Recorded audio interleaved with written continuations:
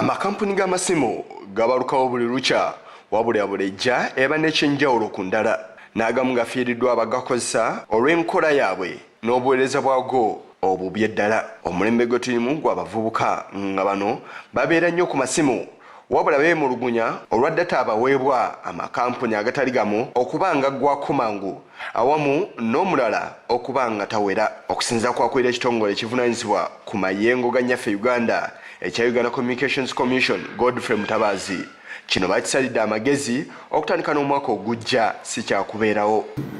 And you'll be able to measure from the internet.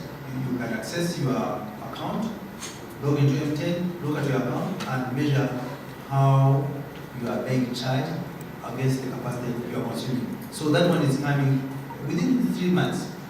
2-3 months, it will be functional. We are aware of that telephone, yes, that probable reducing and overcharging people for long supply. So that one is coming. Onera agumiza bannayuganda nga internet ya Uganda bwetali mbi bw'ogeraageranya n'amawanga amalala wabula n'awa bannansi amagezi okwongera okugula amasimu aga smart ntolo emiwendo gya internet bwe gijja okukka.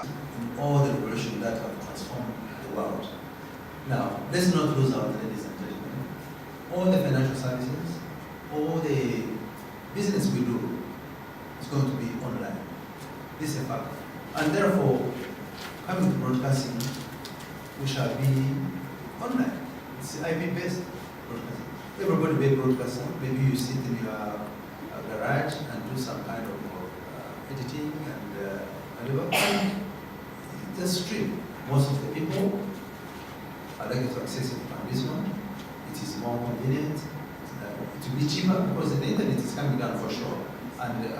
Alipoota efulumiziddwa ey'omwezi ogwokusatu okutuusa mwezi ogw'omusanvu mwaka guno eraze nga omuwendo gw'amasimu agakubibwa bwe gukendedde olw'abantu okusalawo okukozesa obubaka obuwandiike.